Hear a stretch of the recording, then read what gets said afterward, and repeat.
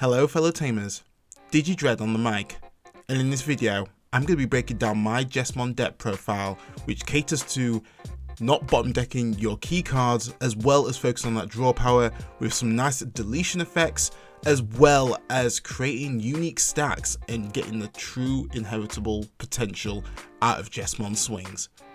So if this is the video for you as I break down my ratios, then stick around and enjoy. And if you're new to the channel and you like what you see, then make sure you subscribe and turn the notification bell. I do videos on the reg. Okay, let's break down my ratios and my goals when playing these cards. Starting off with the Digi-Eggs, we run 5 in the deck, starting off with Bebydomon. So definitely a key egg that you want to be rolling into on the battlefield, just because of that piercing, which us building up to that Jesmon stack, we want our Jesmon to have piercing to claim game. So if I do have piercing, the inheritable will give me 2000 DP, which is absolutely perfect. It means that your Jesmon is swinging bigger, securing those security checks and not getting clapped by security. Then lastly, we run 1 DemiMeramon, just in case we have to kind of use a different mega. We can utilize the 1000 DP there, just in case we obviously can't get that piercing on our other mega. It just ensures that we're still getting that DP boost, which is definitely going to help us clear games. So that is the Digi-Eggs. Let's go over to the rookies. So for the rookies, we run 17, and this is including Sistermonn Blanc, which is a rookie. Starting off with our key searcher of the deck, you already know, it's going to be Huckmon. Huckmon is an absolute vital card just to search out your key components, because you can reveal the top 5 cards of your deck and then add up to 2 cards with Huckmon or Jesmon or Sistermon in their names to your hand, and then place the remaining in any order at the bottom of your deck. So ideally what you want to be doing is using this to kind of search out your saviors. Really helpful for doing that, just because of obviously the extended range of, you know, getting those cards. I mean, revealing 5 cards is massive. It's absolutely huge. So great that Huckmon can provide us with that service. Then going over to the other eggs, which are mostly for like the inheritable effects, is going to be your Agumon from the new starter deck, which is fantastic. The inheritable, when this Digimon is attacking a player, gains 2000 DP. Absolutely huge. Combine that with Bebydomon, you're absolutely getting 4000 DP right there. If you're attacking the player and obviously they've not got an answer to Jesmon. So if they do block, then essentially you will not get that 2000 DP. But then, you know, you got the 2000 DP from the piercing. So, you know, it's all great. The best case scenario is that you're going to be attacking straight for the player, which is beautiful. Then we run 3 Monodramon. So just a nice little 2-drop just to choke the opponent. Also as well comes great with our little tech option that we do have in this deck, enabling us to delete their rookies quite efficiently whilst adding that draw power, enabling us to search out cards more efficiently and also not bottom deck anything. So this is the reason why I run 3 in the deck. And then nice little tech option is to Guilmon from the starter deck. So Guilmon is fantastic. One thing that we obviously need to highlight is the inheritable, which works quite nice with Jesmon, and obviously the card that we do have in this build is that once per turn, when an opponent's Digimon is deleted, trigger draw 1. So that is literally anything. So the ideal play for my Guilmon would be essentially putting that Guilmon on the field and then going into Coredramon. Then if I delete any Digimon on the opposition's side with an option card, or you know, if I just happen to have a Judgment of the Blade and go for their Digimon, at least then I'll be able to trigger off this inheritable and get that draw 1, which is absolutely fantastic. So this is the reason I run 2 in the deck. You could flex in a Promo Biyomon if you do want to go more of the aggressive route, which I may consider, because I did find that it was quite hard to kind of execute this play to really get that inheritable. But I do have other ways to kind of utilize the inheritable, which I'll discuss further in the video. And then lastly, we gotta run the 4 Sistermonn Blanc. So this card has saved me so many times, works perfectly with the Huckmon / Royal Knight line, because all turns, when you have a Digimon with Huckmon in its name, or Royal Knight in its type, all your Sistermons gain blocker, which is superb. So that's obviously your Sistermon Ceil and Sistermon Blanc, which is great. Then as well, on play, draw one. Perfect. So you've got a blocker on shift with Huckmon or any other kind of like BaoHuckmon, obviously Saviour, and then obviously Jesmon. And even that works well with, say, Guilmon as well, because these classes run out, and also Omnimon. And you can get that nice draw power just to kind of get those key cards that you may need for your next turn. So this is reason why I run 4 in the deck, because it's, yeah, absolutely handy. You want to be blocking because you just want to stall out your opponent so you can actually build big for you to claim game with your Jesmon. So that is the rookies, a very high number of rookies right there, but I feel like you kind of need it with this deck because at times, even though I do have, you know, 17 rookies, it's crazy how rare they can actually come in your hand. But this is the reason why I've kind of made a cool search engine just to kind of help with that. But let's go over to the champions and let's break those down. For the champions, I run 10 in the deck, and that does include Sistermon Ceil, starting off with the free BaoHuckmon. So you're probably thinking, why do I not run 4? The reason why I don't run 4 is because ideally I want to be going into my Greymon. So with BaoHuckmon, he is great because inheritable. Once per turn when attacking, if you have a Digimon with Sistermon in its name in play, delete one of your opponent's Digimon with 5,000 DP or less. So really great deletion effect, absolutely fantastic. But when I'm swinging with Jesmon, I want to be making sure that I'm going through their soul. I don't want to be essentially losing that power, and ideally you want to be going into your Greymon. So this means I run currently 3 in the deck, could flex it to 4 if I want to, probably will with the new ban list. So then, speaking of the man himself, or the mon should I say, is going to be your Greymon running that at 4. This is the one you want to be building into that stack. Just because of the inheritable is so powerful, get an additional security check. Perfect. And the reason why it is so expensive is because of that. And this can only be obtained through starter deck 1, but they are going to be doing a reprint further down the line. So we'll have more ways of kind of getting it, especially for people who are actually, you know, joining the game right there. But ideally, this is the mon that you want to be digivolving into. Then we run 1 Coredramon.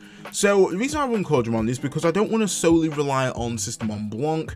I do like Coredramon just because of having that 6,000 DP, absolutely great blocker, and also works well with Heir of Dragons, which I do run in this deck. So ideal evolution stack, as I mentioned, would be the Guilmon going into Coredramon, then play Heir of the Dragon, be able to draw 2, pop one of their Digimon of 4,000 DP or less, and then triggering the Guilmon effect of gaining an additional draw. So effectively, I'm getting free draw for free memory, which is beautiful if I play the Heir of the Dragons option card. So this is the reason why I run just 1 in deck, and it has come super clutch, especially stalling out the opponent for me to actually build up my stack in the raising area. Then lastly, we run our Bay, Sistermon Ceil at 2. The reason why I run her at 2 is because I do prefer Sistermon Blanc over her. Granted, she does provide that 1 memory on play, and also gives me a nice little DP boost of 2,000 to my Royal Knights or Huckmon related Digimon, which is great, but I still prefer having a blocker on the board, having that additional draw power, because with Jesmon you just want to end the game quickly, but you do need the right pieces in order for you to execute that efficiently. So this means I run just 2 in the deck right here, and I feel like 2 is just enough. Could probably flex it to 3 if you want to, but you don't want to kind of brick, because, you know, having too many Sistermons in your hand can be a little bit troublesome, and you don't really get the true benefit if you haven't got a Royal Knight or a mon with Huckmon in its name. So that is my champion ratios. Let's go over to the ultimate. So for my ultimate, we run 4 in the deck, and I know what you're thinking. Dread, you're going for the brick, man. But no, it rarely bricks. It does rarely brick because of the way I've built this deck. But it is going to be your 4 Saviour SaviourHuckmon, which has recently got restricted to 1, which I'm a bit like, ugh. But with all good reason. It is quite overtuned in terms of what SaviourHuckmon can do, because when digivolving, you may play one Digimon with Sistermon in its name from your hand without paying its memory cost. Perfect. I mean, both of them are excellent. You can either bring out Sistermon Ceil and effectively digivolve this Digimon for the cost of 2 instead of 3, because it gains that 1 memory on play, or get a Sistermonn Blanc, get a blocker on board, and also draw 1, which could be, you know, you could top deck an Omnimon ready for your big swing, or top deck a Jesmon, which is even better, ready for you to essentially get up into your mega. But the thing that makes this mon super spicy, I'm talking 3 chilies, is going to be the inheritable when attacking once per turn. If you have a Digimon with Sistermon in its name in play, unspend this Digimon. This is the reason why this is getting restricted, because of that ability is so overtuned and really hyper aggressive in a red deck, especially because red is all about the security checks, and with Jesmon, he's powerful because he's got piercing, he can get out Sistermons left, right and center from trash or hand. This makes this mon so strong and so vital in this deck, and it's the only ultimate you want to be drawing into. So obviously I only run 4. This is the ultimate line as it is. You could flex in another piece if you want to, because obviously the issue is that you're really bottlenecking your way to actually get to your Mega Digimon. But the thing with this deck creation that I've done is utilizing cards in order for me to draw efficiently while still doing something, which is ideal because you don't want to waste a turn just drawing something. You want to, you know, have some form of benefit to it. Also, I do have ways to kind of build backwards, which is quite handy. So say if I don't have the right pieces at the right time, you know, effectively I could get into my Jesmon, play super aggressive, and then build my stack backwards, which I have performed and has worked pretty well, which came super clutch. So there's definitely options in this deck build that you can do. And easy to search this mon out. I only have had one instance where I've had 3 SaviourHuckmons in my security, which, you know, those odds are pretty freaking slim. So that just leaves me with 1 SaviourHuckmon to find out of 50 cards, which is, you know, it's gonna be a slow battle. It's definitely gonna be a slow battle. But then essentially you could go down the rookie rush route and just try and just literally chip at your opponent right there. So there is options, obviously, kind of Umbrick, and I've made this deck to be definitely an Umbrick focused deck, especially since Jesmon struggles with that. So this is the reason why I only run 4 in the deck. Like I say, you can flex it to however you want, but this is definitely working pretty nicely for me. So that is the ultimate. Let's go over to the megas. For the ultimates, we run 7 in the deck. Starting off with the level 6s, it's got to be the 4 Jesmon standard. I mean, it wouldn't be the Jesmon deck build without the 4 of them.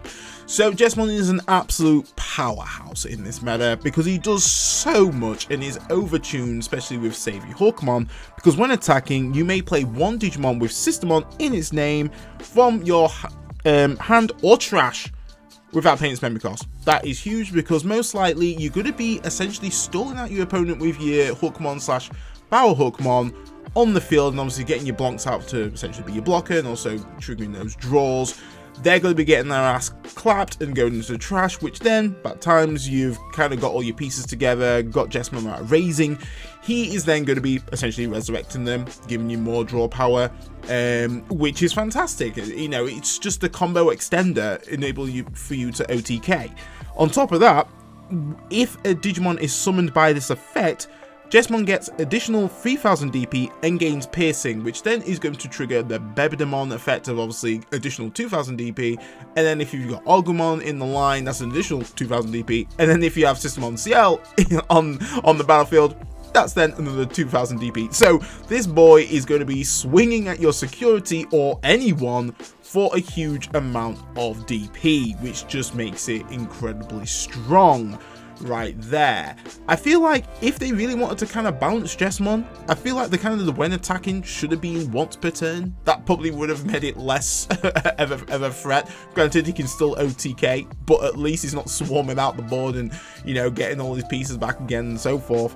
But, you know, it's what Bandai went with. So this is the reason I run 4 in the deck. Obviously, this is your main boss monster, and this is what you want to be going into when you obviously claim game. Then I run 1 WarGreymon.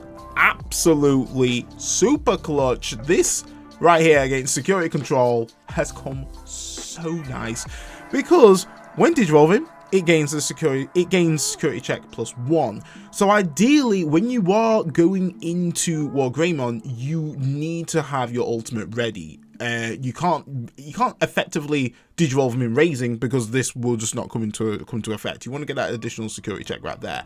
Obviously, with the combination of SaviourHuckmon, this Mon can potentially swing twice, and also on his turn, he essentially has a Delicate Plan where he doesn't activate security skills on option cards when it checks him, which makes this Mon real good for you to effectively claim game. So let's think of the actual stack.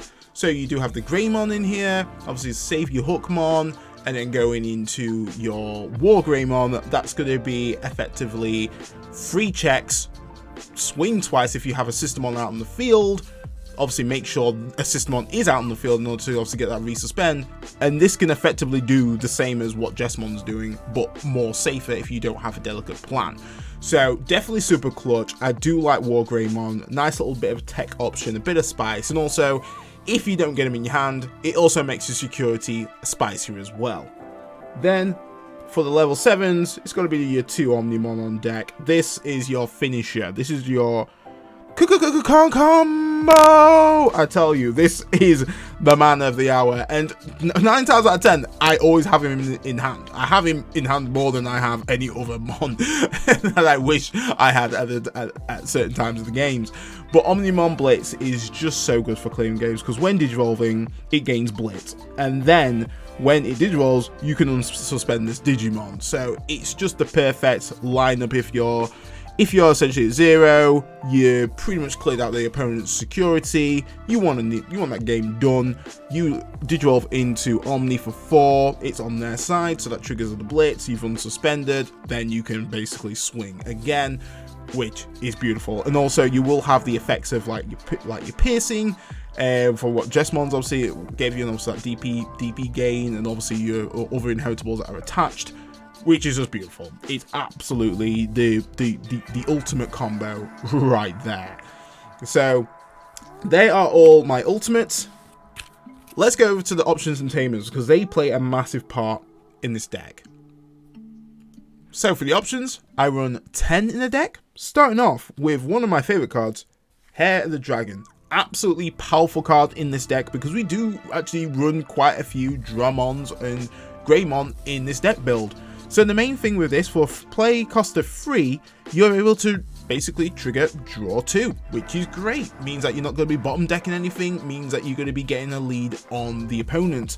Then the spicy bit is, if you have a Digimon with Greymon or Dramon in its name, apart from WarGreymon, Burning Greymon, Dex WarGreymon, delete one of your opponent's Digimon with 4000 DP or less. Absolutely fantastic. Really good if you're popping off with this on the second turn, because if the opponent goes first, 9 times out of 10, they're either going to go down with obviously hatch an egg, then go into rookie, and then play another rookie out on the field, and then their turn. At least then you can basically combat that with playing your Monodramon, using Heir of the Dragon, means that you're able to pop their rookie as well as draw 4 cards. And then if you've evoed in raising, it means that effectively you've drawn 3 cards in that turn, which is going to be helpful for you to essentially get into Jesmon quicker. Also, another benefit is that if this is checked in your security, you just basically do the main effect. So if you have a Mon with Dramon or Greymon on the field, you're able to pop their Digimon with 4000 DP or less and also draw 2. So once again, really giving you that sweet draw engine, and 9 times out of 10 I'm absolutely flooded with cards. I'm spoilt for choice when it comes to Jesmon out on the field. I've got all my combo plays, it's all happy days. So this is the reason I run 3 in the deck. Could flex it to 4 if you want to, just because it's that good of a card, especially for a play cost of 3. Then my new favorite card is going to be Rowdy Rocker. Absolutely fantastic. This enables you to build backwards or make Jesmon even stronger. You could add 2 Greymons or 3, how many you got in your hand, to the bottom of Jesmon's stack, meaning that he can swing for like ideally 5 checks if he wanted to. One swing. You don't even need Omnimon. Give Omnimon a break. So its main effect is that you can place 1 red level 4 or lower Digimon card from your hand underneath your Digimon as a bottom Digivolution card source, and then if you do that, you're able to draw 2. Absolutely fantastic. Means that 1, you're getting a Digimon out for the cost of 2 to any of your Digimon out on the field. So a scenario that I had at my locals was the opposition was playing blue and they had Sora and Joe out, which they gained memory if I didn't have any Digivolution sources underneath my card. So obviously with Jesmon, you know, I'm summoning out Sistermonn Blanc and everything, which don't have any Digivolution sources, so I'm practically giving them mana. So I played a Rocky Rowder, obviously just to kind of search for my cards, and I placed I think I placed just a rookie. I think I placed an Agumon actually, just underneath my Sistermonn Blanc, just so they would not gain that memory on their turn. And then I also got my SaviourHuckmon and I got a Jesmon, perfect lineup from executing this for a play cost of 2, which is fantastic. Also, with the combination of my other card, which would be the Gravity Crush at 3, this enables me to even use this a bit more efficiently, because if I know I'm securing game on, if I'm just like got 1 card off, maybe I just need like a Sistermon Ceil or Blanc, just to kind of trigger off Jesmon's ability, I could essentially, you know, proc my Gravity Crush, go with a Rowdy Rocker, use that to put any level 4 or lower, which ideally you could go with a Guilmon underneath, knowing that you're going to be destroying their opponent's Digimon, meaning that you can get an additional draw when you go for that swing. Or, you know, if you need that bit of a DP boost, slap underneath a Agumon, you know, get that additional 2000. Or if you want to go for that additional security check, so say if you had to go with Evo stack of, you know, Bebydomon, Agumon, and then you had to go BaoHuckmon because you couldn't find your Greymon, but then you happened to draw into a Greymon, you can use Rowdy Rocker, put that Greymon back in, get that security check back on board, and happy days. Also, it actually helps you achieve Taikamiya's effect if obviously you happen to just throw out a Digimon from Rookie to Mega, but you only have 3 Digivolution sources. You can use this to essentially get that 4th Digivolution source, because you wouldn't have the egg underneath, to then trigger Taikamiya's ability to, you know, grant that additional security check. So there's ways that this whole combo can really just work quite nicely. Obviously with that Gravity Crush, just securing game, making sure that you're just going to be clapping cheeks. The only bad thing is that, you know, it doesn't have essentially a security effect, which it has happened. It has been a bit wounding, but 9 times out of 10, I think there was one game I did actually have all Gravity Crushers in my hand, and I just played that beautifully. Like 3 Gravity Crushers, going Rocky Rowder, just getting those draws. I was flooded for choice. Omnimon on deck, 3 Greymons, OTK fashion. It was glorious, and this is the kind of combo that you can do, and this is what help you essentially unbrick and just find those core pieces to really claim game and really just, you know, set up the board nicely. Then I run 1 Delicate Plan and 1 Judgment in the Blade, and you're probably thinking, why are you running these at 1? Is just because the search is so good that I don't really struggle with finding a Delicate Plan or a Judgment in the Blade. If Judgment in the Blade is my security, sweet. I mean, I get able to summon out a Sistermon Ceil or Blanc out of my trash onto the field and get this back in my hand, which is perfect. Delicate Plan, like I say, didn't really have much issue trying to find this, because the amount of draws that I did get was fantastic, and I managed to just get it in play pretty much 9 times out of 10 at my games. Ideally, you could probably flex it a little bit if you do want to, if you want that bit of security, but I did just try and run it at just one, and like I said, I had no issue in finding these cards throughout my deck just because of the draw engine that I've created. And then lastly, for my Tamers, it's just 2 Tai Kamias. Absolutely fantastic, because obviously with the additional security check, if you have 4 or more cards underneath your dissolution source, obviously combine that with Rowdy Rocker really works quite well, just to essentially build backwards and get that security check. Really catches a lot of people off guard, like, oh snap. Like when I bust out this deck, I was like, whoa, okay, I see what you're doing here. Which was quite refreshing, quite cool, because it is something unique, and the fact that you just getting that draw while still getting a massive benefit. You're drawing 2 and you're getting an inheritable. Inheritables is probably one of the biggest things in this game that makes Digimon so strong, and the fact that you can just get an additional inheritable for the play cost of 2 is sweet. And this is why I mentioned before about using Promo Biyomon, is that you kind of have that option to essentially use Rowdy Rocker and put a Promo Biyomon somewhere, put obviously underneath Jess, because Jess can swing twice. That would work quite well, and then you're still getting the benefit of, you know, if you did originally use Agumon to get that 2000 DP, but then you can have Biyomon underneath to then have that draw power there as well. So effectively you're getting 4 cards out of the overall play of Rocky Rowder, getting that 2, swinging twice with Ches, getting additional 4 if you are attacking a Digimon, and then hopefully by the time those 4 cards can make a massive difference. If you've got your Omni, boom, bust into Omni, claim game, job done, wrap it up.